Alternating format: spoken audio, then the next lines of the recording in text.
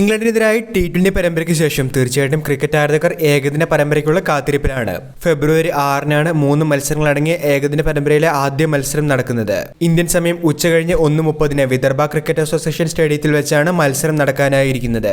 അതോടെ തന്നെ ഇന്നത്തെ വീഡിയോയിലൂടെ ടീം ഇന്ത്യയുടെ ഏകദിന മത്സരത്തിനുള്ള പ്രൊബബിൾ പ്ലേയിങ് 11 നിങ്ങളോട് പങ്കുവയ്ക്കുന്നത്. വീഡിയോയിലേക്ക് കടക്കും മുൻപേ ആദ്യമായാണ് നിങ്ങൾ ഈ ചാനൽ കാണുന്നതെങ്കിൽ പുതിയ ക്രിക്കറ്റ് അപ്ഡേറ്റുകൾക്കായി ചാനൽ ഇപ്പോൾ തന്നെ മറക്കാതെ സബ്സ്ക്രൈബ് ചെയ്തു വെച്ചേക്കുക. ചാമ്പ്യൻസ് ട്രോഫിക്ക് മുൻപ് ടീം ഇന്ത്യ കളിക്കുന്ന ഒരേ ഒരു ഏകദിന പരമ്പരയാണ് ഇംഗ്ലണ്ടിനെതിരായി ഫെബ്രുവരി 6-ന് ആരംഭിക്കാനായി പോകുന്നത്. ചാമ്പ്യൻസ് ട്രോഫിക്കുള്ള അതേ സ്ക്വാഡിനെ തന്നെയാണ് ഇംഗ്ലണ്ടിനെതിരായ ഏകദിന പരമ്പരയ്ക്കും ടീം ഇന്ത്യ പരിഗണിച്ചിരിക്കുന്നത്. 3 മത്സരങ്ങളടങ്ങിയ ഏകദിന പരമ്പരയിൽ രോഹിത് ശർമ്മയാണ് ടീം ഇന്ത്യയെ നയിക്കുന്നത്. ടീമിന്റെ വൈസ് ക്യാപ്റ്റൻസി റോള് കൈകാര്യം ചെയ്യുന്നത് ശുഭ്മാൻ ഗില്ലാണ്. ഇനി ടീം ഇന്ത്യയുടെ പ്ലേയിങ് കോമ്പിനേഷനുമായി ബന്ധപ്പെട്ട റിപ്പോർട്ടുകൾ പരിഗണിക്കുകയാണെങ്കിൽ ഓപ്പണിംഗിലേക്ക് ക്യാപ്റ്റൻ രോഹിത് ശർമ്മയും വൈസ് ക്യാപ്റ്റൻ ശുഭ്മാൻ ഗില്ലുമായിരിക്കും എത്തുക. ഓപ്പണിംഗിൽ കളിച്ച എക്സ്പീരിയൻസ് ഉള്ള താരങ്ങളാണ് ഇരുവരും. ജയ്സ്വാൾ ബാക്കപ്പ് ഓപ്പണറായി ടീമിനൊപ്പം ഉണ്ടെങ്കിലും രോഹിത് ഗിൽ സഹിത തന്നെയായിരിക്കും ടീം ഇന്ത്യ ഓപ്പണിംഗിലേക്ക് പരിഗണിക്കുക. വൺ ഡൗണായി മുൻ ഇന്ത്യൻ ക്യാപ്റ്റനായ വിരാട് കോഹ്ലി എത്തുമ്പോൾ 4-ാം നമ്പറിൽ ഏകദിനത്തിലേക്ക് ശ്രേയസ് അയ്യരായിരിക്കും മടങ്ങിയെത്തുക.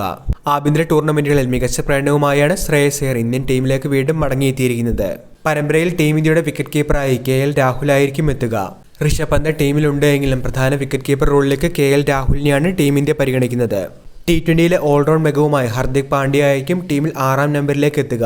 ബൗളിംഗ് ഓൾറൗണ്ടറായി ടീം ഇന്ത്യക്ക് വിശ്വസിക്കാവുന്ന ഒരു താരം കൂടിയാണ് ഹർദിക് പാണ്ഡ്യ. ഇംഗ്ലണ്ടിനെതിരായി T20 പരമ്പരയിലും മികച്ച പ്രകടനമായിരുന്നു താരം പുറത്തെടുത്തിരുന്നത്.